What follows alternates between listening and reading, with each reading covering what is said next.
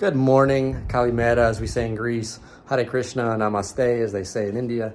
I'm staying at the Govardhan Ecovillage in Maharashtra, India, for a 300-hour teacher training course that starts tomorrow. But I had yesterday and today to explore, and so I want to show you around the Ecovillage. It's a beautiful place, and talk a little bit more about my experiences so far in the first 36 hours of being here. It's about 6 a.m. I can't really sleep, partly because I'm jet lagged, but mostly because I'm fasting, so I'm hungry. But I'm gonna get up, start the day early.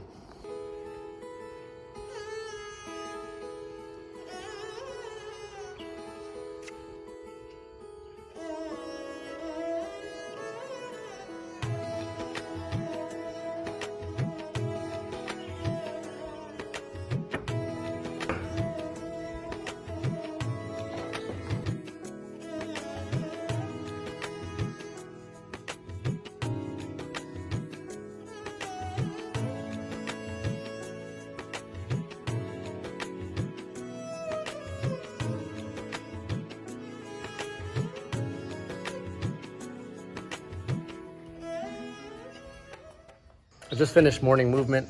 I kept it super light because I'm not eating right now. I'm like 30-ish hours without food.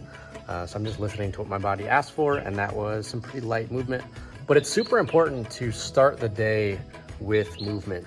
We often just jump right into our day, and then we're behind. We're playing catch up all day. It's very powerful to start the day intentionally by gradually, progressively waking up the body with some morning movement, some breathing exercises. The shaking is super important. And it's really good to do that early in the day. So in yoga philosophy, there's 3 different types of energy: sattva, rajas, and tamas. And these 3 types of energy are used for building and creation, for maintenance, and for destruction, right? And we need all 3 of those. None of them are good or bad, right? There's times where we need to destroy, to clear away so that we make room for something new, right? But it's important for us to tap into the building and creation energy, right? When we sleep in late, we stay up late, we miss out on a lot of that morning earth energy, right? When the earth itself is waking up and creating, right? If we're awake at that time, we absorb more of that earth energy. It helps us to build and create. Right, so it's one of the important lessons of ashram life, to wake up early, embrace the morning sun. So let's carry on with the day.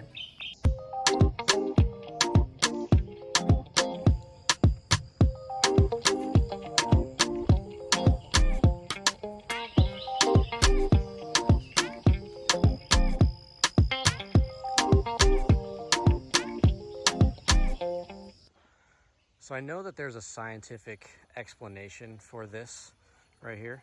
You know, it's like light coming at an angle through the atmosphere that refracts and, you know, whatever. But in the Eastern culture, right, this would be chi right here. And it's really powerful to absorb this energy. It makes us feel lighter, more connected, more in tune, right? It's one of the benefits of being up early and tapping into that building creative energy of the earth, right? This is just a visual example. Like any good tour, we're gonna start at the beginning. This is the welcome area reception of the Ecovillage. We'll probably take a formal tour with some of the workers in a couple weeks as part of the course, but I'm gonna give you an informal tour. I'm gonna make up some of it. It might not be true, we'll find out later. But I'll share what I do know, and we'll go from there. It'll be a fun day. So like I said, this is the reception welcome area. The Ecovillage is like 140 acres. It's a really big place. It's both a temple and a yoga school, an ashram. Like there's a lot going on here. It's the world headquarters of the International Krishna Consciousness religion. I don't know that much about it, but that is an operating like church temple for the locals. So there's a lot of people coming and going from this front part of the Ecovillage. And then there's a big forest, which we'll tour. And on the back side is where people who come for courses and whatnot, we all stay in the back. So it's kind of separate from the public. but this is the welcome area.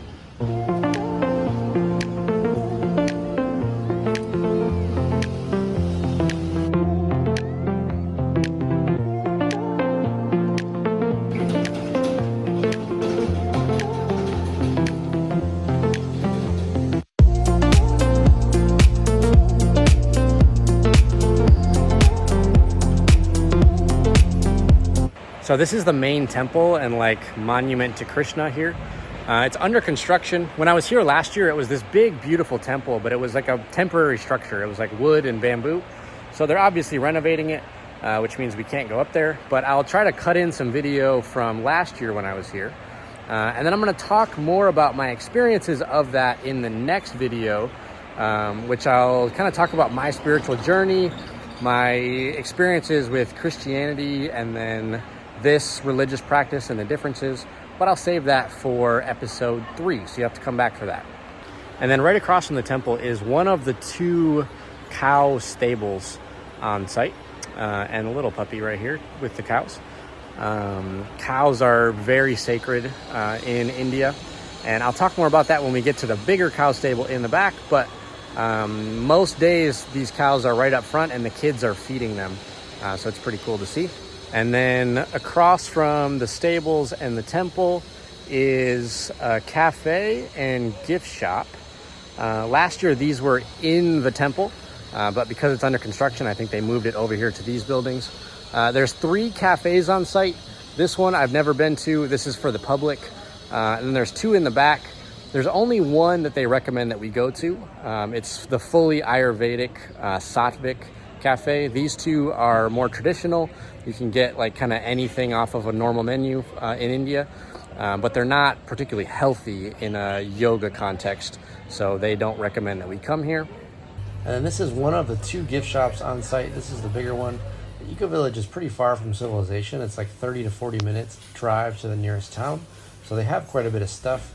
Lots of different types of really good incense, jewelry, other things that they use to decorate themselves, religious statues and other like worship items, toys, games for kids, lots of different clothes. I forgot to pack sandals, so I was here yesterday, bought some. Here's a bunch of different herbs, supplements, homeopathic medicines for all types of conditions, spiritual books. I've read a lot of them. They're really good. The founder here is an author, so a lot of the books are his. Snacks, body products, more supplements, and that's pretty much it for the cafe. Let's see what's next.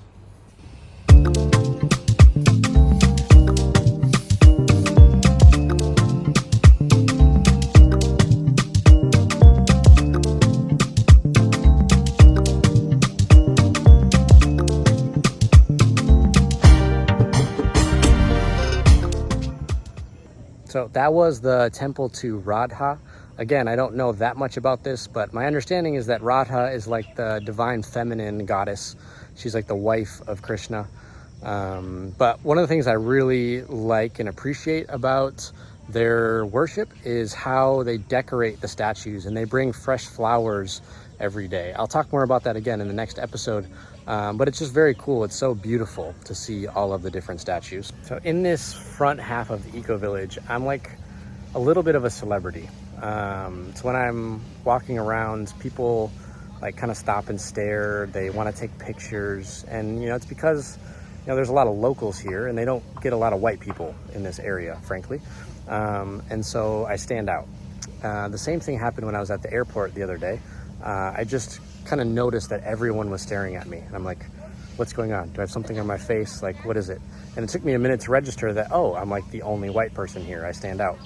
And it gives you a lot more compassion for people of color in traditionally white spaces, because it's a constant reminder that like you're different, and the energy here is very welcoming and inviting. But I can't imagine what that's like when the energy is hostile or negative. So it's just another one of the benefits of travel and broadening your perspective, where you are the minority in this space, and you get a taste of what that's like in other parts of the world. But really the benefit of travel and exposure to different cultures, different people, is to recognize that all of the things that we think are different are extremely superficial. You know, I talked to a guy yesterday for like an hour, and on the surface, we could not have been more different. You know, he was an Indian man raised in a very small village. He was in an arranged marriage. He was a Shiva Bhakti devotee, not really even sure what that means. But you know, within 5 minutes of the conversation, we realized that we had had like very, very similar life experiences. You know, we had the same existential questions about life and the same goals, and all of the differences, you know, like we speak a different language, we look differently, we wear different clothes, we worship differently. All that stuff is so superficial. And when you get past that, you know, within 5 minutes, you recognize that we're really all the same.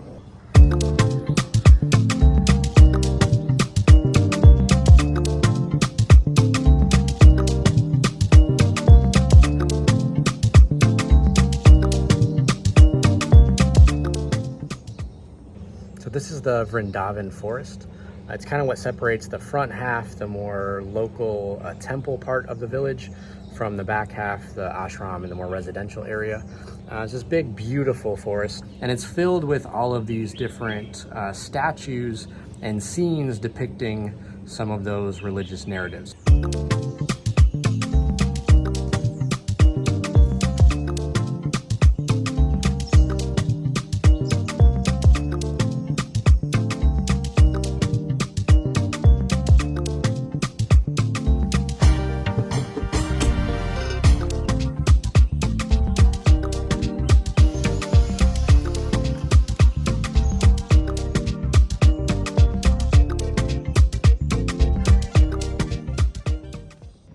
You can tell from the videos that this is just a beautiful, magical place.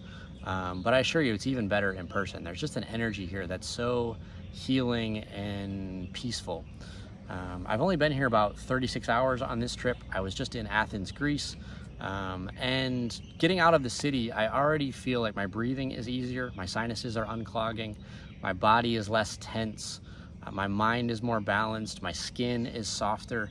And we forget when we spend so much time in the city that we are animals that evolved in harmony with nature, you know? So like seeing all of these different colors and visual stimulus is really important for our eyes. Feeling the sun on our skin and the fresh air is really important for releasing stress, keeping our energy up. And when we're in the city, in enclosed environments with recycled air and fluorescent lights, all of that in itself is stressful on the body, and just getting to nature, if you do nothing else, is already healing. So it's just really powerful to be here. I already feel the effects of that. One of the other big tools that I'm using right now is fasting. As soon as I showed up here, I felt something in me that wanted to fast. Fasting is a really powerful tool for cleansing at every layer of our being. So on a physical sense, we have two main modes that our body operates in. Sympathetic, which is like fight or flight, parasympathetic, which is rest and digest. Most of us spend most of our time in sympathetic mode. It's hard to get to parasympathetic mode in this world that we live in. When we do get to that parasympathetic mode of rest and digest, most of that time is spent on digestion, right? Because we're always eating, we always have food in our stomach, and that takes a lot of energy to digest that food. When you fast, you give your body a break from that digestive process, and then all of that energy is able to be used for long-term recovery and repair processes that otherwise get neglected. So it's a powerful physical healing tool, but it's also a really powerful mental, emotional, spiritual practice, right? Especially with food. So much of our habits are compulsive, right? We eat to manage our emotions. We eat when we feel bored or lonely or stressed or angry, right? We bury that emotion in food. When you remove food as an option, right, I'm just not going to eat for the next 2 days, you are forced to deal with all of those thoughts and emotions that come up in a different way, right? You might normally eat when you're bored without even realizing it. When you don't have food, you become bored, you have to find something else to do, right? You can't drown your emotions in food, so you have to find another way to deal with those emotions, right? Whether that's journaling or movement or something. And then you're able to choose foods that nourish your physical body rather than that comfort you for your emotional needs. So that's a really powerful tool. And then from a spiritual perspective, it's the idea of voluntary suffering, right? Because in life, there are going to be things that happen to us that are outside of our control and we wish they hadn't happened. We get laid off from work, we go through a breakup, death of a loved one, all of these things that would cause us to suffer, right? If we inoculate ourselves with voluntary suffering, we get better at handling those emotions and those negative circumstances, so that when those things that are out of our control happen, we're more prepared to deal with them, right? So there's lots of different ways to voluntarily suffer, through fasting, ice baths, sauna, exercise, right? Putting ourselves in uncomfortable positions to practice comforting ourselves through discomfort is a really, really powerful spiritual life tool, and it's one of the benefits of fasting. And these are all ideas that can be applied not just to food, but also to anything that's compulsive, so social media, television, sex, dating apps, porn, anything where you're using it as a coping mechanism and it has negative effects. If you intentionally fast from it, you break that pattern and then you can choose healthier responses. And so that's a big part of what I'm trying to explore and experiment with through this fast. I'll probably continue at least until dinner tonight. So that would be approaching 48 hours. I might carry it over until the next morning. And then the course is gonna start and I'll want more energy to be able to do the yoga practice 4 hours a day and to have my mind be sharper for the lectures. But right now, while I don't have a lot going on, it's a very powerful way to heal.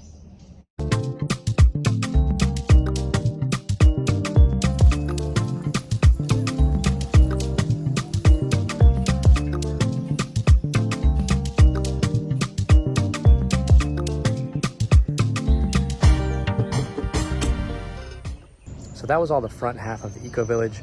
We're now back in the residential area where there's another cafe. This one has a buffet and a normal restaurant menu. There's another smaller gift shop here. This is the Ayurvedic cafe. I'm not gonna go in there, partly because I'm gonna do a whole nother video on the food and the Ayurvedic clinic, partly because I'm hungry and I don't wanna see the food right now.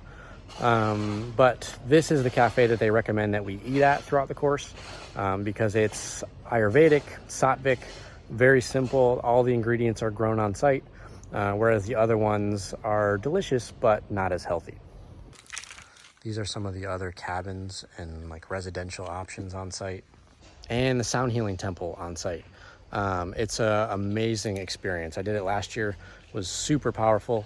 The sound healers just had a baby within the last month or two, so I'm not sure if they're still treating right now, but if they are, I will definitely book one because it was a very powerful experience. Now I'm walking back to the very back corner of the Ecovillage right now, passing a lot of the permaculture sustainable farm elements. This video is already getting really long, so I'm going to save that stuff for a part 2, but I'm heading back to the cow stables right now.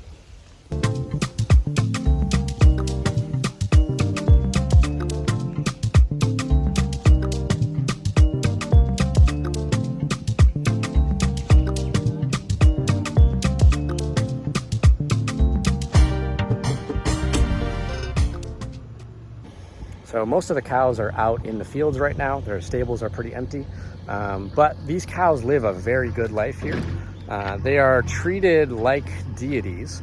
Now there's some spiritual reasons for that, but it's also just a very practical thing.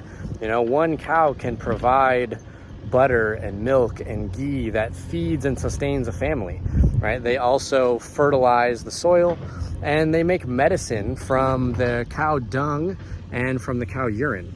Now, before you cringe at that, you should understand that a lot of Western medicine, they just extracted the active ingredients from homeopathic remedies, slapped a label on it, and raised the price 1,000%, right? So cow dung is antibacterial, antifungal, antiviral.